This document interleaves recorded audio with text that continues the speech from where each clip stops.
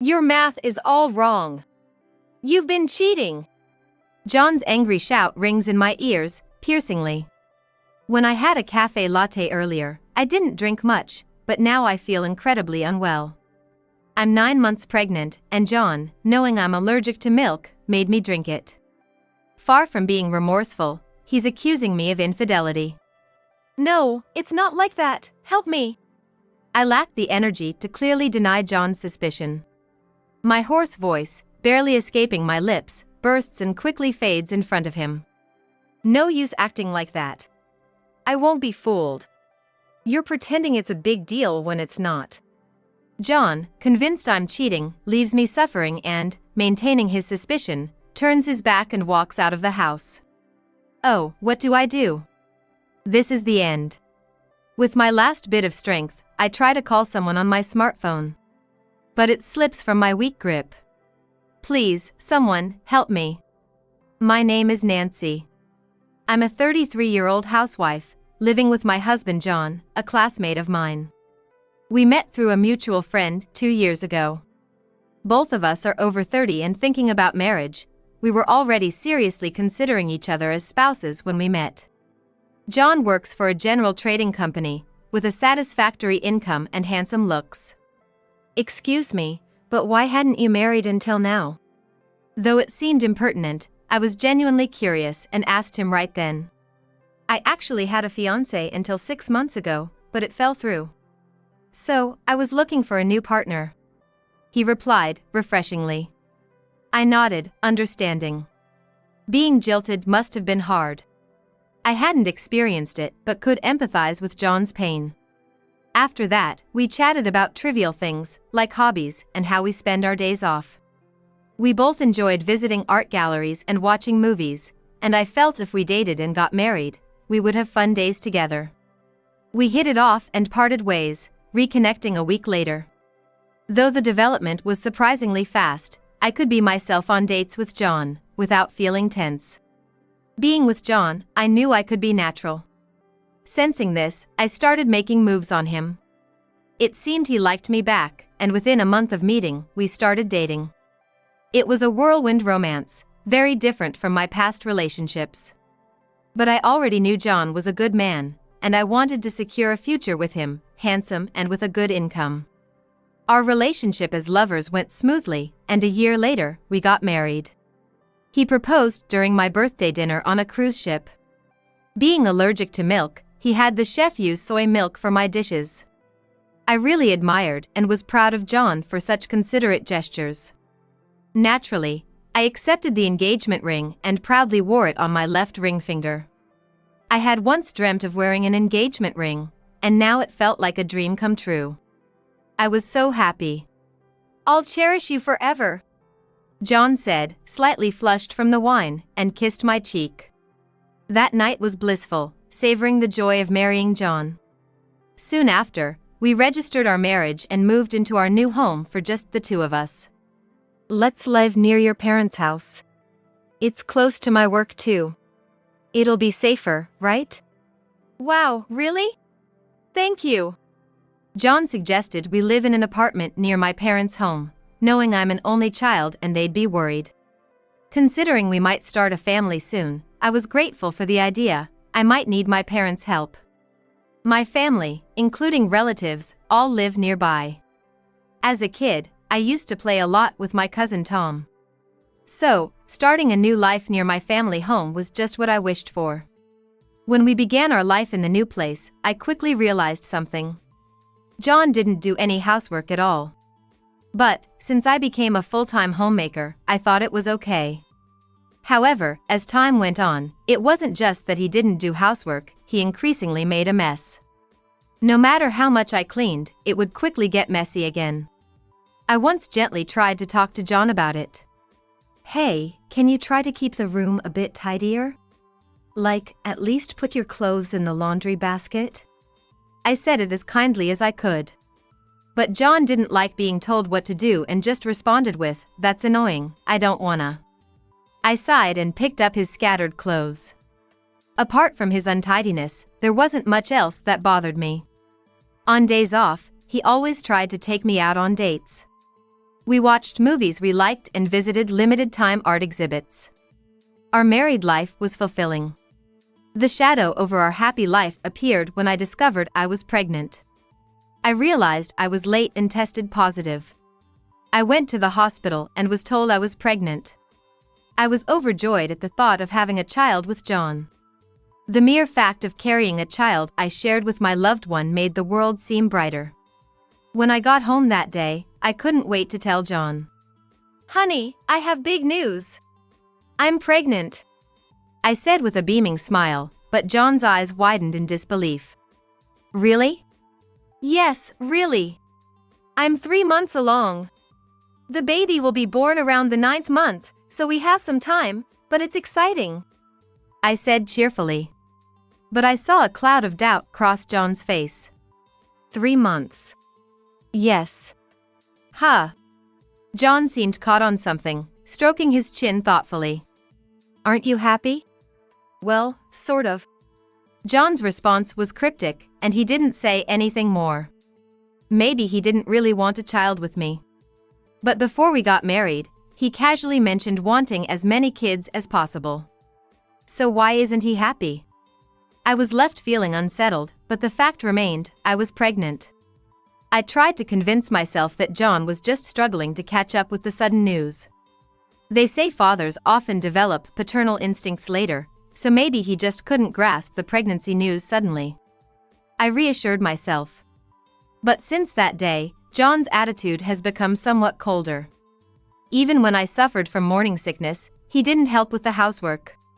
He never did household chores, but I thought he might help when his wife was in trouble. "I'm sorry, but I'm feeling really sick today. I don't think I can cook," I told John before he left for work, but he snapped. "What? You didn't cook before, and now you suddenly think you can? Pregnancy isn't an illness. Nancy, your main job as a homemaker is to do the housework, right? Even if you're feeling a bit ill, you should still cook. I go to work even when I'm not feeling well." John glared at me as if he was right, leaving me in disbelief. John often goes to work even when he's feeling under the weather, but how sick someone feels can vary a lot. To me, barely able to get out of bed because I feel so sick, his words sounded downright cruel. "But I really can't move," I replied with a pleading look, but John just snorted dismissively. "Fine. I'll grab something to eat out today," he said, almost spitting the words out, and left the house. I never imagined it would come to this. I had always thought that John and I would definitely build a happy home together. But his attitude changed completely as soon as I got pregnant. Maybe I was wrong about him, I thought, feeling down. That night, John came home drunk. I had been feeling sick all day and hadn't eaten much. I hoped he might have brought something back that I could eat, but he came home empty-handed. That made sense, given how he's been acting lately. Am I just not important to John anymore? Doesn't he want our child? Such thoughts made me incredibly sad. Even after I entered the stable period of my pregnancy, John's attitude didn't change. In fact, he seemed even harsher now that I was feeling better. "So, some of my junior colleagues want to come over to our place," John said one day after coming home from work. "Juniors? How many?" "5. Might be more. I want you to cook for them. Don't serve anything lousy. I don't want them to know my wife can't cook." "Huh, 5 people, that's a lot. Can our place even fit that many? Besides, I don't think I can handle that much right now. Even though it's my stable period, I don't feel up to entertaining and cooking for so many people. There would be a lot to handle. The thought of hosting them all by myself was daunting." "It'll be fine, you're in your stable period. Anyway, I'm bringing them over this weekend. Make sure you don't embarrass me." John then went to the bathroom, humming a tune, as if he had said nothing out of the ordinary. I was filled with anxiety. As promised, John brought 5 colleagues over the next weekend. 4 men and 1 woman, the gender balance seemed off to me. But maybe there are fewer women in sales at a general trading company. "Nice to meet you, I'm Emily. Thanks for having me today." The cheerful greeting came from the only woman, Emily. She had long hair swept to the side and striking features, looking like she was in her late 20s. Despite being younger than me, she had the air of a beautiful older sister. I felt immediately tense. "Nice to meet you. I can't offer much, but please, make yourselves comfortable," I said, trying to act like a boss's wife, and ushered everyone to the dining table. As I started preparing the meal in the kitchen, the group, including John, chatted away about work and gossip. Emily seemed particularly good at keeping the conversation lively, with timely responses and sharp interjections. I felt like I couldn't fit into their circle. Resigned to staying in the background, I brought the food to the table once it was ready.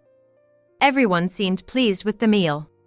"Is this cream soup made with soy milk?" Emily asked, her large eyes growing even wider. "Yes, it is. I'm allergic to cow's milk, so I always use soy milk for dishes that need milk." "Oh, I see," Emily responded, seemingly satisfied with my explanation, and continued eating. "Come on, just because you're allergic to milk doesn't mean you can't use real milk for guests," John retorted sharply. I had expected him to say something like that, so I sighed. "I have to eat it too, so it has to be soy milk." "Then you should have made separate dishes." "But I can't taste it if it's not soy." Our guests watched our exchange with bewildered expressions. "Sorry everyone, she insists on this allergy thing." "But allergies are just like picky eating, right?" John mocked me. The juniors looked uneasy, probably out of respect for their boss. "Well, soy milk is tasty too. Please, enjoy it while it's still warm," I said, trying to sound cheerful. Only Emily seemed deep in thought, remaining silent. The dinner with John's juniors somehow came to an end, leaving me completely exhausted. I had hoped John would at least say thank you, but he went to sleep without saying a word. Recently, our conversations had dwindled, and I was feeling very insecure. His mocking comments about my allergy today only added to my frustration. Months passed, and I was now 9 months pregnant. John had been coming home late from work, and we hardly talked anymore. I missed the days when we used to go out on dates and felt incredibly lonely. With the baby coming soon, I thought it was natural to want to enjoy our time together. But John didn't seem to share that wish. One day, John appeared in the living room with a large bag and a familiar cup in his hand. It was from a coffee chain we used to visit when we were closer. "I'm going on a business trip for 3 days starting today. I took a walk this morning and found this store, so I bought this. Soy latte, remember?" "Oh, yes. We haven't been there in a while." It was unusual for John to go for a walk in the morning. Finding the coffee shop and buying soy lattes seemed out of character for him lately. He waited with a smile as I took the soy latte. Had he had a change of heart? I was a little happy, thinking John might be returning to his kinder self. I wished we could go for a walk together again. Maybe after the baby is born. I took the soy latte from John and drank it eagerly. It brought back memories, but I quickly realized it didn't taste like the usual soy lattes. "Ugh, this is normal milk." By the time I realized, it was too late. I dropped the cup from my hand. John's face was twisted into a smug grin. "I'm in pain." My breathing became labored, and I collapsed on the spot. "I've always suspected. Is the child in your belly really mine?" "What?" I was utterly shocked by his sudden accusation, suspecting the baby was someone else's. "When you said you were 3 months pregnant, I doubted it. I don't recall doing anything that could lead to it 3 months ago." "But that's..." I wanted to explain, thinking John was misunderstanding something, but I couldn't speak through my struggling breaths. "Your calculations are off. You must have cheated." John's angry shout echoed in my ears. I had only had a little of the cafe latte, but now I felt extremely unwell. John, far from showing any remorse for making me drink milk, an allergen, while I was 9 months pregnant, instead suspected me of cheating. "No, it's not that, please help me." I lacked the energy to clearly deny John's suspicion. The raspy voice that emerged from my lips burst and quickly vanished in front of him. All that acting is pointless. I'm not fooled. It's just an allergy, not a big deal. John, convinced that I was cheating, turned his back on me, suffering, and left the house without helping. Oh, what should I do? This is the end. With my last strength, I tried to call someone on my smartphone. But the phone slipped from my powerless hand. Please, someone, help me. As I desperately screamed in my mind, my consciousness began to fade. When I woke up, the first thing I saw was a white wall and ceiling, and I realized I was in a hospital. I had been saved. As I felt relieved, a face peered into my view. Nancy! You're awake! Tom. It was Tom, my cousin who lived nearby. I got a call from Nancy, but heard nothing at first, so I thought it was a mistake. But then I heard labored breathing and realized something was wrong. I rushed to Nancy's house, the door was unlocked, and she collapsed in the living room. I was shocked. I called an ambulance and got her to the hospital. Tom explained earnestly. I had called Tom just before collapsing. He had always been like a reliable older brother, always looking out for me. I thought he would come to help in an emergency. But before I could ask for help, I dropped the phone. In a seemingly hopeless situation, Tom quickly sensed the emergency and rushed to help, for which I was profoundly grateful. I'll call the doctor. Just wait here. Tom went out and soon returned with a doctor.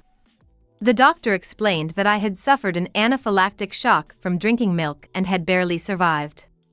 Hearing that just a few more minutes could have endangered the baby's life, or left me with disabilities, sent a chill down my spine. I owe my life to Tom. Tom, thank you, really. No need to thank me. But what happened? It was natural for Tom to be puzzled. It's unthinkable for me, allergic to milk, to drink it myself. Well, actually. I told Tom everything about my marriage to John. How we were attracted to each other, thinking we were meant to be, and got married. How we had similar interests and enjoyed our dates. How we lived happily after marriage. And how John's attitude completely changed the moment I got pregnant. Even now, I don't understand what I did wrong. Tom crossed his arms, seemingly deep in thought. John's behavior changed after you told him about the pregnancy, right? Yes. When I said I was 3 months pregnant, he thought the calculation was off. He became convinced I had cheated and did this as retaliation, I think. Hearing this, Tom's expression hardened. Even as a retaliation, this is too much. Making you drink milk when he knows you're allergic.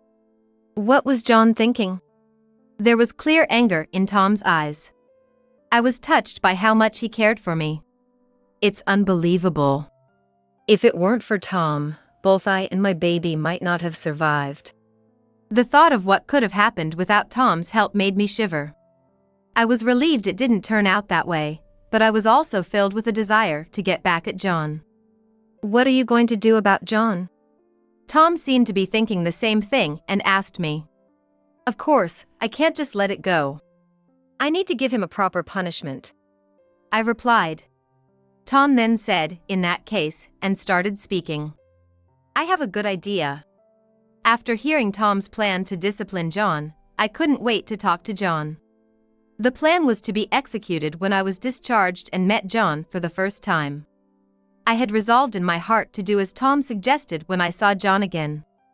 But, unexpectedly, I had to put the plan into action sooner than I thought. 3 days after I was hospitalized, John called me. It happened to be when Tom was visiting me.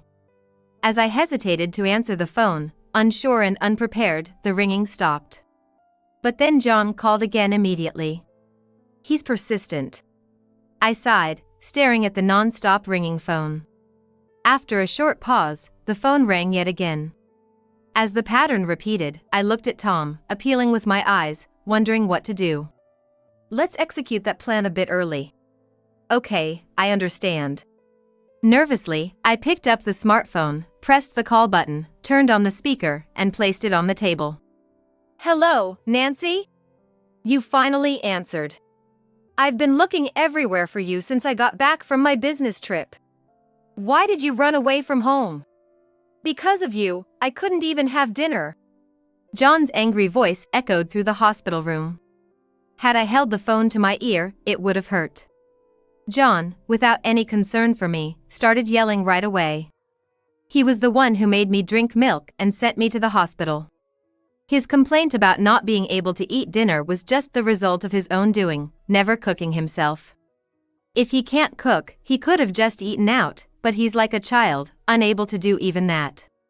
I listened to John's angry words with a feigned innocence, exchanging a determined nod with Tom.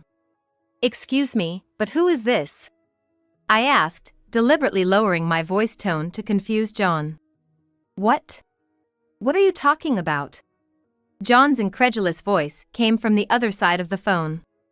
Tom and I exchanged glances and smirked. I don't recognize you. Your name appears as John on my phone's screen. Are you perhaps my husband? What? John's voice, full of confusion, rose in question. It was to be expected. After persistently calling his wife, and when she finally answered, she pretended not to know him. I looked at Tom and smirked again. Tom nodded, narrowing his eyes, and then took the phone from me, speaking to John. Hello, John. My name is Tom. I heard Nancy's voice on the phone and asked to talk to you. Huh, Tom? Who are you? Oh, are you the father of Nancy's baby in her belly? So, you're the one she cheated with. John jumped to conclusions and accused Tom in a sharp voice. Cheating? What are you talking about? I'm Nancy's cousin. Actually, Nancy is suffering from amnesia right now. Amnesia? Yes, this was the plan Tom and I had come up with.